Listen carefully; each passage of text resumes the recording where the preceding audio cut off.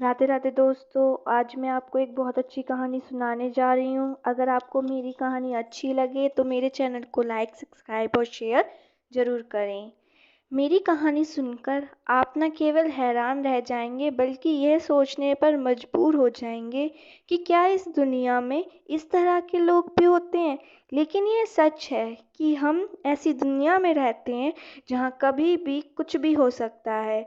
मेरा नाम सोलानी है। मैं बहुत ज़्यादा खूबसूरत तो थी ही, मगर एक लड़के से मोहब्बत भी करती थी जो बहुत ही ज़्यादा हैंडसम था। इतना हैंडसम कि कोई भी लड़की उसे देखती तो बस देखती ही रह जाती। उसका नाम राहुल था और वह एक प्राइवेट कंपनी में जॉब करता था। उसकी तनख्वाह ज़्यादा नहीं थी। उसका घर भी किराए का था। उसकी एक माँ थी जो पूरे मोहल्ले में फेमस थी कि बड़ी सख्त औरत है। दो बहनें थीं, उनकी शादी हो चुकी थी जब पिताजी विदेश में होते थे, लेकिन उनकी बहनों का भी घर पर अधिक आना जाना होता था। दरअसल उसकी एक बहन मेरी एक दोस्त के घर पर ब्याही थी और मेरी दोस्त हमेशा कहती थी कि हमें तो जब से इसको ब्याह के लाए हैं हम जलील हो गए हैं। उसी से उसी के घर से मेरी और राहुल की मोहब्बत शुरू हुई थी। लेकिन ये प्यार ऐसा था कि जिसके बारे में किसी को भी कुछ भी नहीं पता था। मेरे घर उसके रिश्ते भेजने की बात की तो उसकी माँ ने मना कर दिया और कहा कि किसी गरीब के घर की लड़की नहीं लेकर आनी है। यह लोग दहेज भी नहीं देंगे। और ऐसा ही था, हमारे पास देने को कुछ नहीं था। मेरी माँ ने कुछ बिस्तर और कुछ बर्तन वगैरह बनाकर रखे हुए थे और इससे ज़्यादा हम कुछ नहीं दे सकते थे क्योंकि मेरी और भी बहनें थीं और मैं सबसे बड़ी थी। लेकिन राहुल ने ना जाने क्या किया कि एक दिन तो उसने मुझे बताया कि मेरी माँ ने साफ मना कर दिया है, लेकिन दूसरे ही दिन उसकी माँ रिश्ता लेकर खुद आ गई। लेकिन जब मैंने राहुल को देखा तो हैरान रह गई। उसके सिर पर पट्टी बंधी थी। उसने कहा कि मैं जानबूझकर छोटा सा एक्सीडेंट कर लिया और बेहोशी के दौरान पड़े रहने का नाटक किया। और जब माँ ने कहा कि जो तू कहेगा वही करूँगी, बस तो ठीक ही हो जाए, तो मैंने कहा मेरी शादी करवा दो। मैं हैरान हो गई कि तुम मुझसे इतना प्यार करते हो। उसका कहना था कि इससे भी ज़्यादा, और जिससे मोहब्बत की जाती है उससे शादी भी की जाती है। मैं तुम्हारे अलावा किसी से शादी नहीं कर सकता।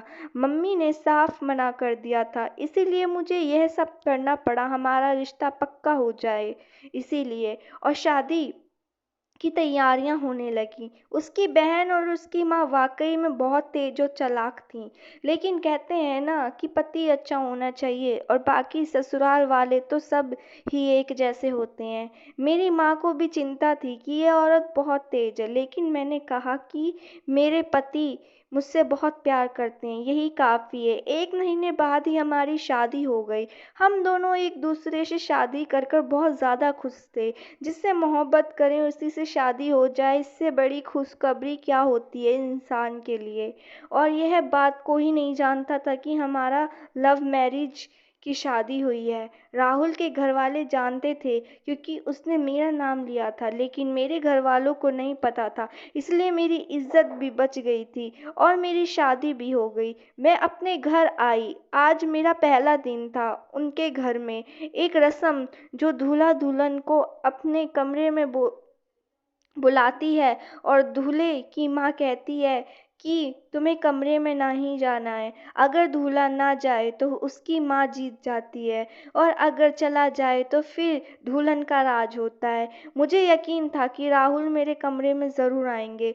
जब वह मुझे पाने के लिए इस हद तक जा सकते हैं तो इस रस्म के खिलाफ क्यों नहीं जा सकते।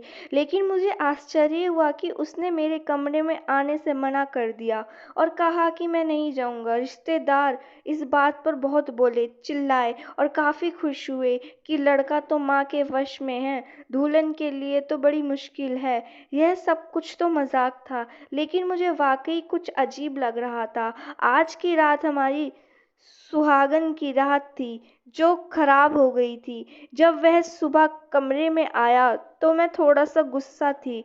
उसने कहा कि देखो, मैं तुम्हें हासिल करने के लिए मैं अपनी माँ के खिलाफ गया हूँ। भले ही इस छोटी सी रस्म में भी अगर मैं तुम्हारा साथ देता तो मेरी माँ को बहुत बुरा लगता।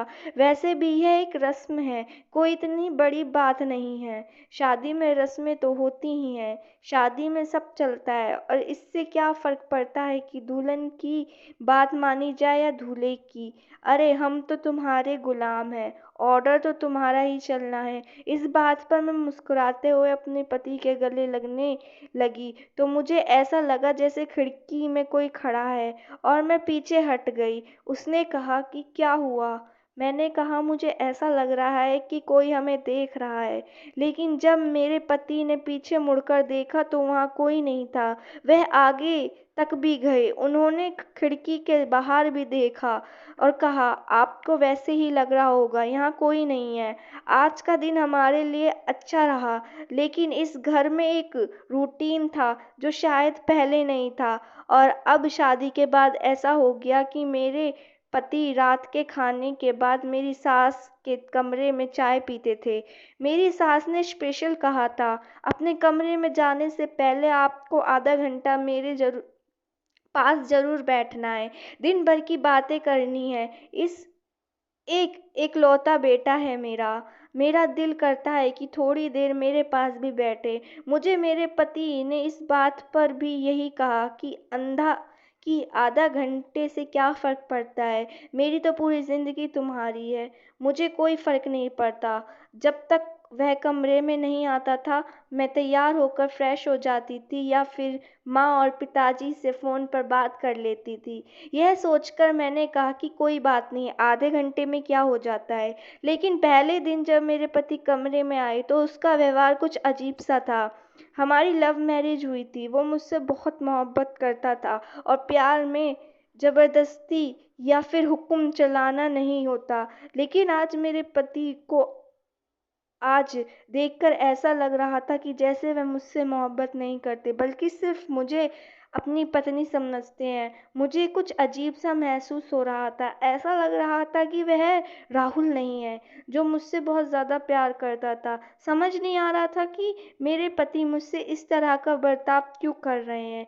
क्या वही बात सच हो गई कि वह बदल गया है? लेकिन मैं उसको कई सालों से जानती थी, तब तो वह बदला नहीं था। आज एक रात में कैसे बदल गया? फिर सोचा इंसान है, मूड की बात होती है, कभी कुछ करता है तो कभी कुछ। इंसान के बारे में कोई पक्की राय तो नहीं दे सकता। एक दिन भी ऐसे ही गुजर गया। मेरी सास ने मुझे पर ज़्यादा बोझ नहीं डाले थे। इस घर में एक नौकरानी आती थी, मुझे ही खाना बनाना पड़ता था, वो भी सिर्फ़ 3 लोगों का। कभी-कभी मेरी नंद आ जाती तो थोड़ा ध्यान से खाना बनाना पड़ता था। मेरी नंदों को पता नहीं क्या प्रॉब्लम थी कि वह बहुत ही ज़्यादा छोटे-छोटे कपड़े पहना करती थी और उनको कोई रोकता भी नहीं था। मैंने अपने पति से कहा, तो उन्होंने कहा कि उनकी शादी से पहले से ही यही हरकतें हैं। हमारे ख़ानदान की खूबसूरत लड़कियाँ थीं।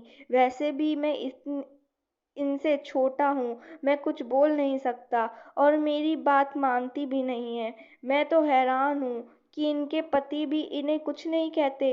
अपने घर में चलो इंसान ऐसे कपड़े पहन लेता है। अगर तुम मेरे लिए इस तरह के कपड़े पहनाओगे तो मुझे बहुत अच्छा लगेगा। लेकिन ऐसे कपड़े पहनकर तुम अगर बाहर जाओगे तो मुझे यह बिल्कुल अच्छा नहीं लगेगा। मैं भी यही सोच रही थी कि उनके पति उनको ऐसे कपड़े पहनाकर घर से निकल कैसे देते हैं। खैर, उनकी अपनी एक दुनिया थी जिसमें बहुत ही ज़्यादा अजीबो-गरीब किस्म की हरकतें होती थीं, जो ज़रूरत से ज़्यादा शॉपिंग करती थी। मेरी सास ने अपनी बेटियों की शादी बड़ी सोच समझकर अमीर घरों में की थी।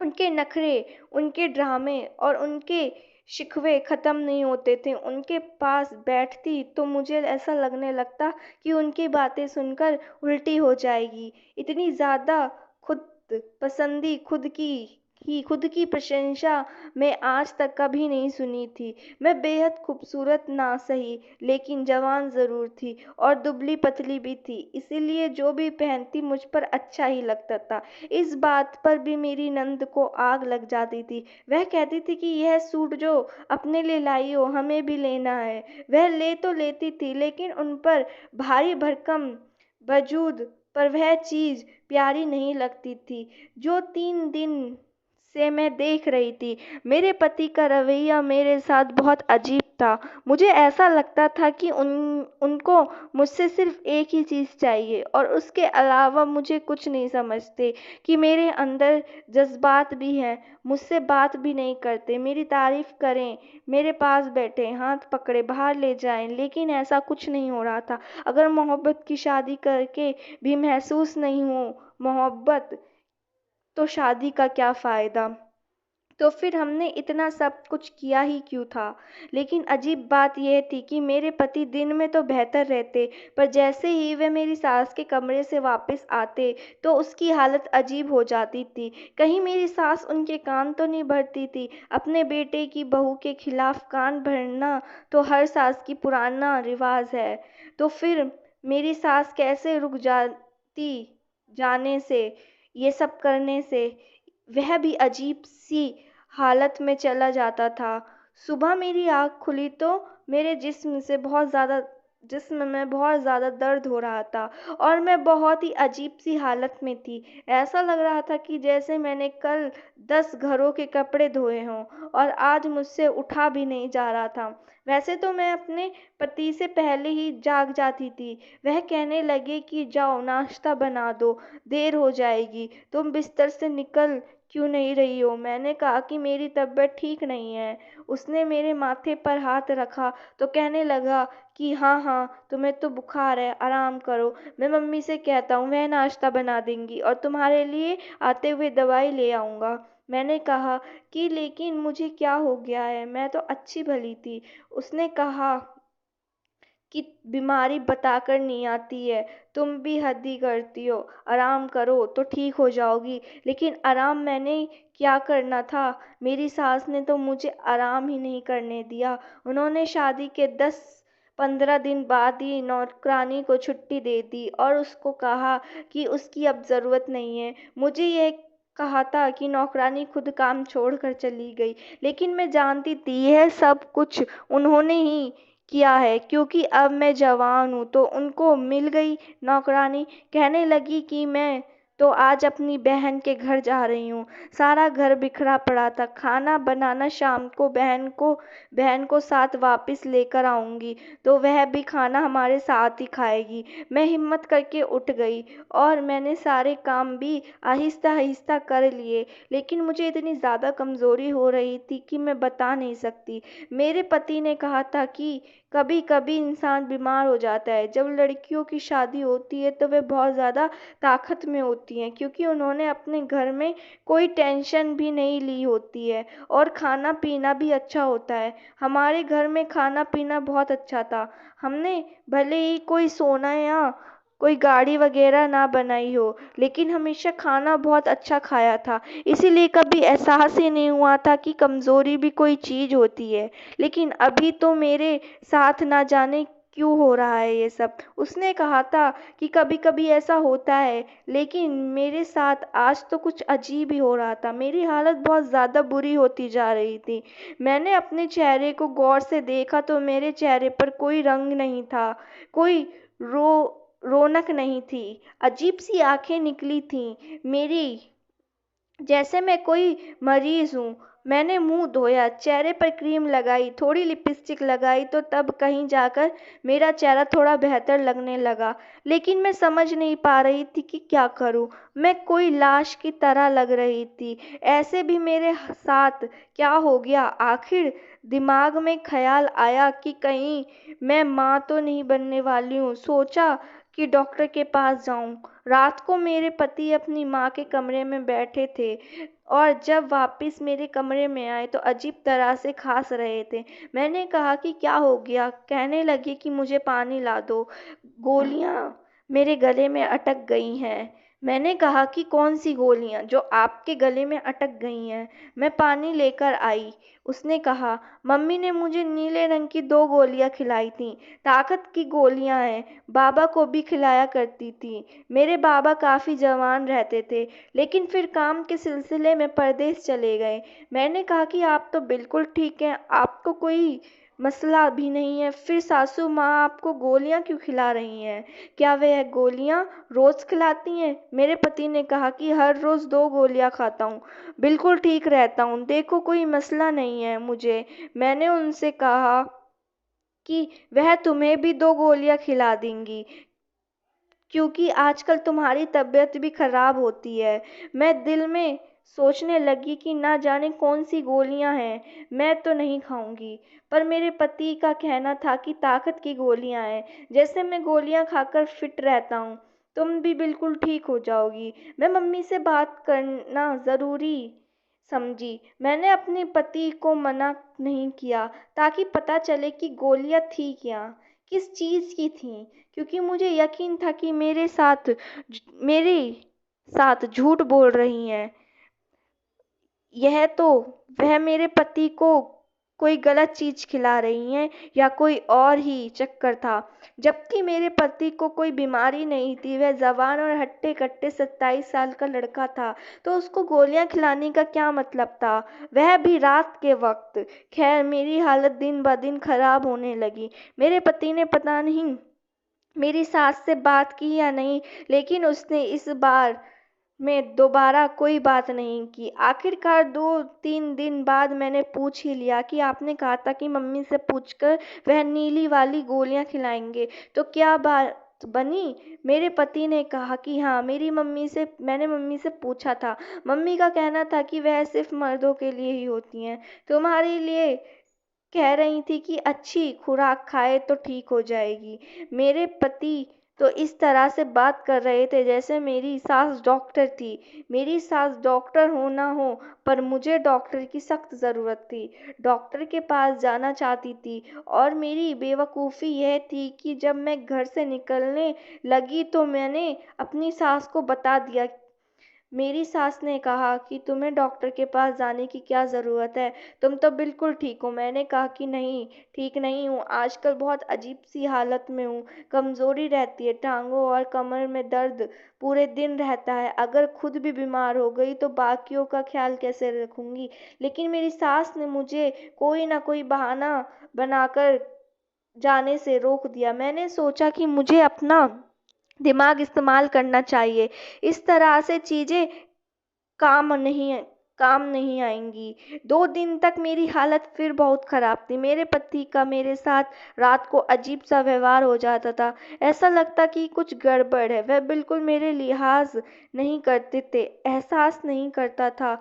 इस बात पर हमारा बहुत ही झगड़ा होने लगा। पहले-पहले तो मैंने उसे आराम से समझाया। उसके बाद मैंने उससे कहा कि तुम्हें क्या हो गया है? मैं तुम्हारी पत्नी हूँ, मेरी ज़िंदगी में और भी चीज़ें हैं, तुम्हारे हक और फ़र्ज़ है कुछ, जिनके बारे में तुम्हें कोई ख़याल नहीं है। लेकिन मेरे पति को गुस्सा भी बहुत ज़्यादा आ रहा था। आजकल वे बहुत जल्दी गुस्सा हो जाते थे, और हम लोग एक-दूसरे से ही इस तरह बात कर रहे थे कि लड़ाई झगड़ा करते रहते। एक दिन तो इतनी लड़ाई झगड़ा करने लगे कि मेरी आवाज़ कमरे से बाहर जाने लगी। मेरी सास ने दरवाज़ा खटखटाकर कहा कि बेटा, लड़ाई नहीं करते, तुम्हारी कोई बात होगी तो उसको बुरी लगी है, और यह सब्र करे, उसको भी गुस्सा आ गया होगा। वह यूं तो मेरी साइड ले रही थीं, लेकिन पता नहीं क्यों मेरा दिल कह रहा था कि सब कुछ उन्हीं का किया धरा है। लेकिन अजीब बात यह थी कि हमारी शादी को 3 महीने होने वाले थे, पर अभी तक हमारे यहाँ औलाद भी नहीं हो रही थी। 2-4 दिनों से मेरी सास मेरे लिए बहुत ज़्यादा काम निकालने लगी थीं। काम इतना ज़्यादा होता था कि शाम हो जाती थी और फिर शाम के बाद मैं घर से निकल नहीं सकती थी क्योंकि मेरे पति घर आ जाते थे। लेकिन एक दिन मैंने किसी भी चीज़ की परवाह नहीं की और कहा कि मैं मम्मी की तरफ जा रही हूँ। मैंने यह झूठ बोला कि मेरी मम्मी की तबीयत खराब है, मुझे जल्दी जाना है, मम्मी घर में अकेली हैं, जबकि मैं एक लेडीज़ डॉक्टर के पास चली गई। मैं उम्मीद में बिल्कुल भी नहीं थी, यह बात तो मुझे घर पर ही पता चल गई थी, लेकिन मैंने डॉक्टर से चेकअप करवाया था। डॉक्टर ने मुझे अच्छी तरह चेक किया, मुझसे सारी बातें पूछी, मुझे बताया कि मैं बहुत ज़्यादा कमज़ोर हो गई हूँ। फिर पूछा कि शादी को कितना वक़्त हो गया है। उस डॉक्टर ने मुझे ऐसी बात बताई कि मेरे कदमों तले से ज़मीन निकल गई और वापस घर आते हुए मैं सोचने लगी कि मुझे किसी भी तरह यह बात पता लगानी होगी कि मेरी सास मेरे पति को कौन-सी गोलियाँ खिलाती हैं। लेकिन यह पता लगाने का मेरे पास कोई तरीका नहीं था। यह वारदात वह सिर्फ रात को ही करा करती थीं, जब मेरे पति उनके कमरे में बैठे होते थे। एक दिन मैं भी अपने पति के साथ चली गई। मैंने कहा कि मैं भी आप लोगों के पास बैठती हूँ, तो मेरी सास ने सीधा कह दिया कि नहीं, यह वक्त मैं सिर्फ अपने बेटे के साथ गुजारना चाहती हूँ। तुम्हारे साथ तो पूरा दिन होती हूँ ना, मुझे कोई बात करनी है तो तुम मुझसे दिन भर में कर लेना। मेरे पति के सामने उन्होंने ये बात प्यार से कही थी। मेरे पति ने मुझे इशारा किया कि तुम चलो, मैं आता हूँ। मुझे मजबूरन वहाँ से जाना पड़ा और मैं समझ गई कि मेरी सास मुझे वहाँ पर बैठाने नहीं वाली हैं। मेरे सामने वह गोलियाँ खिलाएंगी भी नहीं, लेकिन कुछ ना कुछ तो करके ही करना ही था, क्योंकि मेरा पति के साथ मेरा रिश्ता खराब हो रहा था। हमारी मोहब्बत की शादी थी, एक दूसरे से इतना प्यार करते थे। मेरे पति मेरे लिए कुछ भी करने को तैयार था, लेकिन अभी वह मेरे साथ कुछ भी नहीं कर रहा था। जो उसने मेरे साथ वादा किया था, सारे भूल गया और रात को हमारी लड़ाई हो जाती। पूरा दिन मैं उससे बात नहीं करती थी। अगली रात फिर से हमारी लड़ाई हो जाती थी। मुझे कुछ मेरी पर्सनल चीज़ों की ज़रूरत थी, जो मैं सिर्फ़ अपने पति से कह सकती थी। लेकिन क्योंकि मेरे उसके साथ झगड़ा चल रहा था, इसलिए इससे मैंने उससे शादीशुदा ज़िंदगी ख़राब हो जा रही थी। मुझे चीज़ों की ज़रूरत थी, वह चीज़ भी मुझे नहीं मिल रही थी और यूँ अपने पति से नाराज़ रहना भी मुझे अच्छा नहीं लग रहा था। लेकिन पास जाती तो भी नुकसान मेरा ही होता। क्या से क्या हो रहा था, समझ नहीं आ रहा था, इसीलिए कुछ ना कुछ तो करना ही था। मुझे अपने लिए और अपने पति के लिए अब कोई कदम उठाना था, क्योंकि मैं अच्छी तरह जानती थी कि वह इस तरह का इंसान नहीं है। मैं उसे बहुत पहले से जानती थी और फिर 2-4 दिन के बाद मेरी किस्मत के तारे चमक उठे, जब मेरी सास ने कहा कि मैं मोहल्ले में किसी के घर जा रही हूँ, मेरा कमरा साफ कर देना और खाना भी बना देना। मैंने कहा ठीक है, खाना तो मैंने बना ही दिया था। मैं सीधा उनके कमरे में गई और वह गोलियां तलाश करने लगी, लेकिन मुझे तलाश करने पर भी गोलियां नहीं मिली। मुझे उन गोलियों का खाली पत्ता मिला, लेकिन उसने ऊपर से कुछ समझ नहीं आ रहा था, क्योंकि छिलके ऊपर से उतरे हुए थे। नाम भी नज़र नहीं आ रहा था। शाम हुई तो मेरी सास किसी से बात कर रही थी, फ़ोन पर कह रही थी कि हाँ, मैं तो वही खिला रही हूँ। बस यूँ समझो कि सब कुछ ठीक हुआ जा रहा है। रोज़ लड़ाई होती है उनकी। यह सुनकर मैं हैरान रह गई। यह बहू के झगड़े करवाना, बेटे के कान भरना, या तो सब कुछ पुराना हो गया है। अब तो ऐसी चीज़ें हैं कि आपको अपने बेटे के सामने बुरा बनने की भी ज़रूरत नहीं है। सारा कुछ एक नई तरीके से हो सकता है। तो फिर पुराने तरीकों को अपनाया जाए। मेरी सास ऐसी औरतों की तरह तो नहीं थी, जिसने अभी तक ना जाने कितने घर बर्बाद किए थे, और वह यहाँ भी कर रही थी कि मैं जा रही हूँ बाजार, क्योंकि आज के लिए वह चीज़ नहीं है। वह उस चीज़ का नाम नहीं ले रही थी, पर जहाँ भी जा रही थी मुझे उनका पीछा करना ज़रूरी था। वह घर से निकली तो मैं भी उनके पीछे करने लगी और यह देखकर हैरान रह गई कि वह चौक की तरफ जा रही हैं, जहाँ पर मेडिकल स्टोर बना था।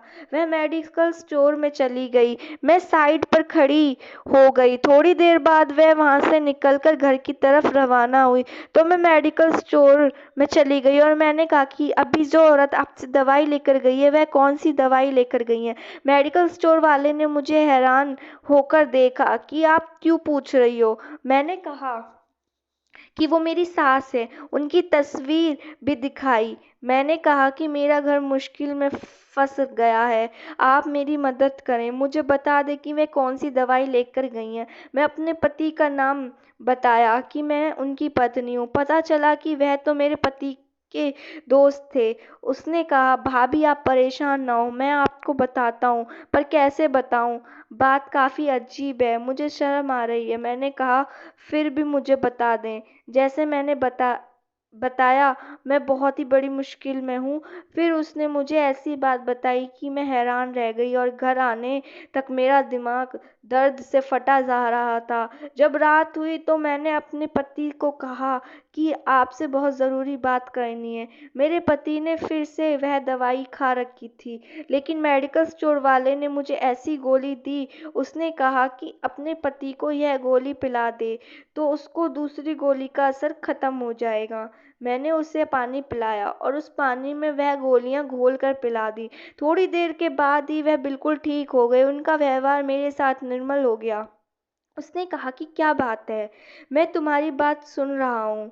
वह बहुत गौर से मुझे देख रहे थे। उसने मेरे हाथ भी अपने हाथ में थाम रखे थे और बड़े प्यार से कहा कि मुझे बताओ क्या बात है मेरी जान, मैं सुन रहा हूँ। मैंने कहा कि मैं डॉक्टर के पास गई थी और मुझे डॉक्टर ने कहा कि मैं अपने पति से दूर रहूं, यानी आपसे दूर रहूं, क्योंकि आपकी वजह से मेरी सेहत खराब हो रही है और आपको पता है कि यह आपकी वजह से हो रहा है। मेरा पति थोड़ा शर्मिंदा हो गया। अब मैंने कहा कि लेकिन असल बात यह है कि इसमें आपकी भी गलती नहीं है। इस बात पर वह हैरान हुआ और मैंने उसे कहा कि वह मेडिकल स्टोर वाला अमित आपका दोस्त है ना? कहने लगा कि हाँ। मैंने कहा कि मैं आज वहाँ पर गई थी। मैंने अपने पति को सब कुछ बताया। उससे कहा कि मेरी सास जो दवाई लेकर आती है वह किसी मर्द का दिमाग खराब करने के लिए होती है, ताकि वह अपनी पत्नी के साथ बिल्कुल प्यार से पेश ना आए और उसे एक ऐसी चीज़ समझे कि जिससे उसने सिर्फ फ़ायदा लेना है। और उन गोलियों की वजह से हमारा यहाँ औलाद भी नहीं हो रही थी। अगर आपको मेरी बात पर यकीन नहीं तो आप जाकर अमित से पूछ लें। हमारी शादी को आज 5 महीने हो गए हैं और 5 महीने से आपकी मम्मी अमित से ये दवाइयाँ लेकर आ रही है और आपको खिलाती है। यह वही गोलियाँ नीले रंग की जो आपकी माँ वहाँ से लेकर आती है और आज भी मेरी आंखों के सामने वहाँ से निकाली थी आपके लिए। मेरे पति परेशान रह गया क्योंकि उसे पता था कि उसके साथ कुछ अजीब तो हो रहा था, लेकिन वह इस सारी चीज़ को निर्मल समझ रहा था, जबकि यह निर्मल बिल्कुल नहीं था। मैंने कहा कि मुझे डॉक्टर ने कहा है कि अगर मेरे पति यह सब कुछ करते रहे तो मेरे यहाँ भी औलाद नहीं होगी और उसके बाद मेरी सिस्टम बिल्कुल ख़राब हो जाएगा और मैं हमेशा के लिए बांझ हो जाऊंगी। हम एक दूसरे के लिए मर मिटने को तैयार थे। हम दोनों ने मोहब्बत की शादी की थी और अब रोज़ हम लोग एक दूसरे से झगड़ा करते हैं। क्यों? मेरा आपके साथ किस चीज़ का झगड़ा है? मुझे यह बताइए कि मैं आपसे कभी पैसे मांगती हूँ, कोई चीज़ मांगी है या कोई बेफिजूल फरमाइश की है? नहीं, सिर्फ यह कहती हूँ आपसे कि मेरी तबीयत खराब है, मुझे आराम करने दें। मेरा पति खामोश हो गया। मैंने कहा, आप जवाब क्यों नहीं देते हैं? उसका उसका कहना था कि अगर यह सब कुछ सच है तो मुझे तो ये समझ नहीं आ रहा कि मैं क्या करूं, कैसे अपनी माँ को समझाऊं, वह क्यों यह सब कर रही हैं। इसलिए कि क्योंकि मैंने तुमसे उनकी मर्ज़ी के बगैर शादी की है और वह यहाँ पर शादी नहीं करवाना चाहती थी और अब वह चाहती हैं कि हम दोनों एक दूसरे से झगड़ा करें और तुम्हारे बच्चे ना हो और हमारी ज़िंदगी और हमारा रिश्ता बर्बाद हो जाए। वह मेरा घर बर्बाद करना चाहती हैं। मेरे पति की आंखों में आंसू आ गए। उसको अपनी माँ से यह उम्मीद नहीं थी। मैंने उसे तसल्ली दी और कहा कि आप उनसे कुछ ना कहें, बस यह गोलियां खाना छोड़ दें। मेरे पति ने मेरा हाथ पर हाथ रखा और कहा कि तुमसे वादा करता हूँ कि यह गोलियां दोबारा नहीं खाऊंगा और सारा कुछ संभाल लूँगा। मैं तुम्हें और तुम्हारी सेहत को खराब नहीं होने दूँगा और ना ही इस रिश्ते को इसके बाद मेरे पति ने गोलियां खाने से मना कर दी। अब वे नहीं खाते थे और मेरी सास को भी अंदाज़ा हो गया था, शायद इसको शक हो गया है, इसलिए उन्होंने भी इस विषय को छोड़ दिया। फिर घर में एक बहुत बड़ी लड़ाई हुई, जिसमें यह बात भी सामने आ गई कि मेरे पति ने गुस्से में बोल दिया। उसने कहा कि मैं अपनी पत्नी से बहुत मोहब्बत करता हूँ और मैं कभी भी उसको नहीं छोड़ूंगा और अगर कोई मुझे इससे अलग करना चाहता है तो वह गलतफहमी का शिकार है, क्योंकि यह नहीं होने वाला। उसके बाद से हमारा रिश्ता भी बेहतर हो गया और मेरी सेहत भी। पर मेरे साथ कुछ मसले बन गए थे। मेरे यहाँ औलाद नहीं हो रही थी। आज 8 महीने गुजर गए थे। हम लोग बहुत ज़्यादा परेशान थे। मेरे पति कहते कि शायद मेरी माँ कामयाब हो गई, क्योंकि हमारी ज़िंदगी में एक मसला बन गया था। लेकिन जब हमने थोड़ा बहुत इलाज करवाया तो ऊपर वाले का करम हुआ और आज हमारी ज़िंदगी में सब कुछ ठीक है। यह सिर्फ फिल्मों में ही होता है कि आप अपनी माँ से संबंध तोड़ दें, अपनी पत्नी को घर से निकाल दें। असल ज़िंदगी में सारे हालात से साथ गुजरना पड़ा। हम इस घर में रहते हैं। मेरी सास भी मुझे बातें सुनाती है, लेकिन मुझे इस बात की खुशी है कि मेरे पति को सब पता चल गया कि इसकी माँ हमारी खुशियों में खुश नहीं है। इसलिए अब हर बात पर सावधान रहते थे और कहते थे कि जैसे ही इंतज़ाम हो जाएगा हम यहाँ से दूर चले जाएंगे। धन्यवाद।